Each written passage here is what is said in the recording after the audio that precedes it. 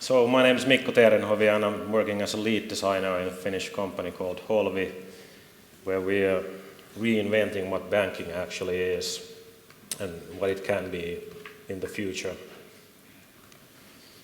That's a good one as well. So it's a difficult task, to put it mildly. So in this presentation, if we ever get it working, I'll tell a little bit why we're doing it. It might be because banks suck nowadays. Well, they do. But that's only half of the story. I think more importantly, it's because the society is changing and we are working and living in a different way than before. So I would like to start by introducing you the oldest company in the world that is still operating today. It's a Japanese construction company, family owned. It's called Kongo Gumi. And it was founded 1,400 years ago, which is truly a respectable achievement. So with 14 centuries of history, they really know a lot about their clients and how their business works. But actually I lied a bit, because this company went bankrupt, was sold and closed its operations in 2009. So a company with this much history is going down now. And this is just to frame the fact that now we are living interesting times. So we are moving from an understandable structures with a clear hierarchy that look like lists to something like this, which is far more complicated and far more difficult to understand. And two reasons, in my opinion, why this is happening is we have the financial crisis, or actually multiple, or maybe it's an ongoing phenomenon, at least in Europe. And we have this thing called the internet. And because of these two things, at least one thing is happening in the way we work. I call it a bit dramatically the rise of the free agent. A free agent is a relatively new expression. It's referring to a person that's working independently and not for a single employee. But actually, free agents aren't a new phenomenon in the Western economy. Actually, being employed by someone is a new phenomenon in Western economy. If we look at what's happening in the 18th century, most of the people were free agents. There were a couple of jobs with the paycheck, like in the military or maybe in the church. There were a couple of big companies also, the biggest one in Europe being the East India Company. But most of the population were free agents. But after this, the Industrial Revolution started, and companies started to grow bigger and bigger, and they needed more people to fill in the assembly lines. So we got to the 1980s when only 11% of the population were free agents anymore. Maybe this Lego character is one of them, an artist. But after 1980, something happened again, and now we are at 42%. So if we look at the graph a bit, this is how it looks like. So we start from the 18th century industrialization, it's going down to 1980s. But what happened in the 1980s? We didn't have the internet then. What we did have was Ronald Reagan, for example. We had Margaret Thatcher, rest in peace. And we had this new ideology that we started to privatize publicly owned services.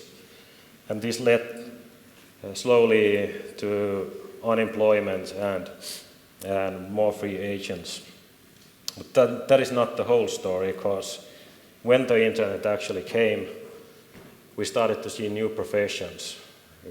New people could be employed by different ways. They could use their expertise globally in different networks. So how is this reflecting to the financial industry? So I'll start with bank terminology. This is bank jargon, KYC, which means know your customer. And actually, like 50 years ago, this was true. We had small branches working locally, and the people working in the branches actually knew their clients personally. You didn't have to show an ID. But now that banks have grown bigger and bigger, this personal connection has been lost. And actually, now banks know more and more about you, but they actually know just about you. That is the point. You're a part of a data sheet in their computer. They know your birth date, they know where you live, they have done an automatic risk analysis on you. But actually, the feeling many people have when they're dealing with their banks is that they're talking to a computer. And the computers tell them things about them, but they don't know who they really are, what they can do, how the social network is built. And this might be because if we look at the customers in retail banks now, only 20% are profitable. This statistic is from the Royal Bank of Scotland. And the rest 80% don't really have a material impact on the bank's income. And this, of course, is because only 20% take loans from the bank, or they have excess money which the bank can invest forward.